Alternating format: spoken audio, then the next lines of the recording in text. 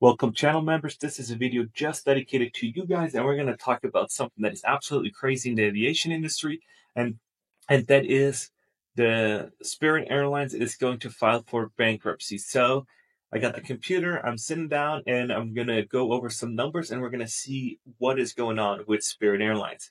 So let's look at some of the data. So I pulled some stuff from them as the financials from their earnings of 2024. So now Spirit Airline reported a net loss of $192 million, which is an increase from the loss of $2.3 million in the same period in the previous year. Okay.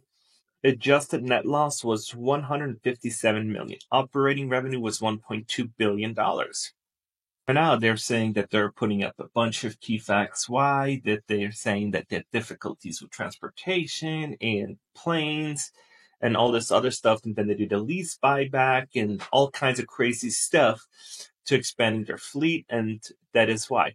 So now let's look at down to the bare numbers, because that is all fluff and marketing. So let's look at down to the numbers, what's really going on. So total operating revenue was $1,280 million. Top operating expenses was $1,433 million. Total passenger flights segments was $11.18 million. So, and now I said, hey, so I did some calculations and I ran some numbers and I said, what is it going to take Spirit Airlines to break even? How much are they losing per flight? So Spirit Airlines lost approximately $12.9 million per passenger flight segment in the second quarter of 2023. So that is not that good. Passenger flight segment and departure flights. So that's how many flights they had down. So now we're going to look at how much do they need to increase their ticket prices to stay afloat.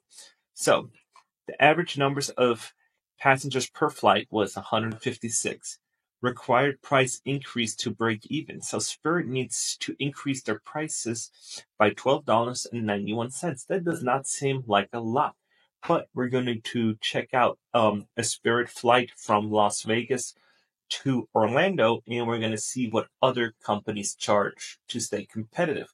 Because as you guys know and have ever flown with Spirit, they give you nothing. It is basically sitting in a roach coach and hoping that they make it, because it's just not that great of a service. It's not that great of an airplane. It doesn't have anything in it. I haven't flown Spirit in a little while, but last time I flew it was absolutely crazy. And now we're going to see what they need to do to actually make the money. So the new average price per passengers need to be $121.37 for them to actually make it. And in order to run a profit, you need to still increase it. So now let's look at some of these flights. So now we're going to go on the computer and actually look at some of these flights, right? So we're now here on the Spirit Airlines, and we are going to see how much this is going to cost us from Las Vegas to, let's do Orlando. That's what we kind of came up with. So we're going to go in 6 months from now to get the cheapest possible price. And we're going to go from May 12th to the 16th. And let's see what this is going to cost us. Kelly has fares loaded available to. Okay, so we can't do that. So we're going to go in March 10th to there. So here we go.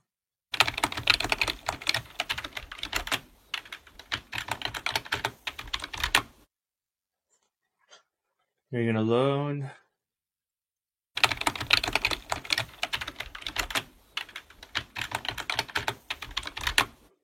Please try request later. They should probably invest into some better websites. Here we go. So here we go. Dollars from Orlando nonstop. So go big. I think it's the big front seats. That's kind of their business class. Go comfy. The standard seat was, oh man, 570, 700. So we're looking at all of these flights, and they are kind of expensive. So now this is from Monday, March 10th to March 14th. So this is actually pretty crazy because prices start at $547. So now let's go to Orbitz and see if we can get the same kind of flight. So we're going to fly from Las Vegas to Orlando, and we're going to pick February. We're going to pick March 10th to 14th, and we're going to say we're not logged in, right? So they're not going to track us. So this is no points, no nothing. So we're going to see what they're going to charge us because it's going to be really interesting to see. So with American, we can fly for $100 cheaper. And here we go. So this is nonstop. It's $467, right? You see this, but this is their lowest price. They're not even offering that on their website. Do I have the same dates? Monday, March 10th, March 14th. And when I go here, March 10th to March 14th, Orbit's got kind of better price. But here, is it worth $40 extra for you to pay to be on Frontier? So if we do nonstop, I think Frontier is Frontier, right? So if you want Frontier, it is $460, and if you want Spirits, it's $780. So Frontier, did I say? I think I got them mixed up, those low cost carriers. But Spirit Airlines is $780, and Frontier is the same price, same time leaving, half the price. So are you guys seeing this? So now this comes to the question is it still worth it? Because $700, double the price, is a lot of money, right? So now when we go here, is it the bundle? Is it this one? Is it this one? Because if we can click here, let's see if we can do numbers of stops. And they all make these websites so difficult. Nonstop. So if we want nonstop, it would be 500 on their website. But is it worth that much money if you can find another airline to fly you with American? Yeah, you have to stop in Charlotte, but it's with American, and you get food, you get pretzels, you get all these other things. So now the thing comes down to, are you going to have a price increase? Because now they're in bankruptcy, they got all these creditors that want money. So now you got to actually have to make sure that you are going to get your money back, right? So if I was in Spirit Airlines shoes, I would see where can I save money, and marketing comes to mind. So now we're going to look at how much did they spend on marketing. And Spirit Airlines spent $9 million on marketing in 2023. And now you might think that that is a lot. First, I was shocked, and then I looked at how much Delta spent on marketing. And Delta Airlines spent $347 million on advertising in 2023. And when you look at who is one of the most profitable airlines in the United States, Delta is one of them. And here we go. Southwest Airlines in 2023 spent $266 million on advertising. United Airlines spent $221 million. And all these huge ads you are paying for with increased ticket prices. So there are some ways on how to get away with that. You stop spending money on ads and actually just focus on the core business and saying, hey, we're going to get to the bottom of the route. What makes us the most money? Is it going to be just flying passengers? Is it going to be somewhat of cargo where we take other stuff in? And cutting some of the non-profitable routes and seeing where can we increase and actually make more money. And what comes to place is when you have dead legs. So these are some of these airports have to have a certain amount of Spirit flights in order to keep their spot at the terminal. So then if you are not booked, you're basically flying a dead leg, and the plane is almost empty just to service that route so you don't lose it. During COVID, Lufthansa was hugely criticized to do all of that. But what might be an option for Spirit Airlines is to offer super low fare tickets to people in Europe and start trying to see if that might be a feasible option if they start doing Europe flights, because they're doing some of them are South America, but it is not looking good. And how do you turn it around? Well, you got to start figuring out how to get partnerships that are really, really aligned and can help you increase the revenue. And I know that every time they land, and 3 to 4 times during the flight, they keep saying, sign up for the credit card, sign up for the credit card.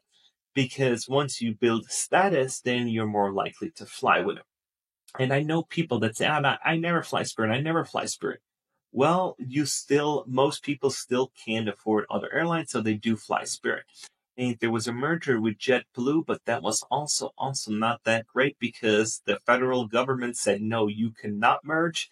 And for us, it is, as a consumer, it is always dicey when the government says you cannot merge because we need more options.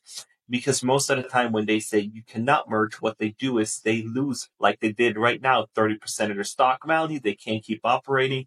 And so basically what you just did is you basically, as the government, just gave JetBlue or any other competitor a huge discount because their stock is worth so much less. So what are you going to do? Are you going to fly Spirit? Is it too costly for you? Let me know in the comments below. And I am not so sure about the future of Spirit, because I prefer, if I need to fly someplace and there's Spirit or Frontier, I personally fly Frontier.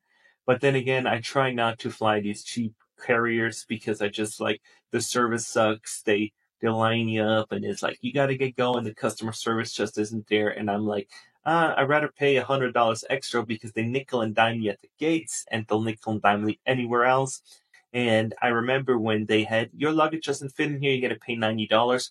So according to my calculations, once they're starting to jack up the prices on, you want a seat reservation, that's another $30. You want to bring on a carry-on, that's another $100.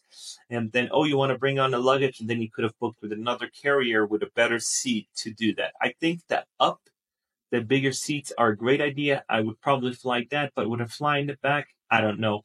So let me know what you guys think about all this. And if you want to propose a topic, let me know in the comments below and I will make it. I'll see you guys in the next one.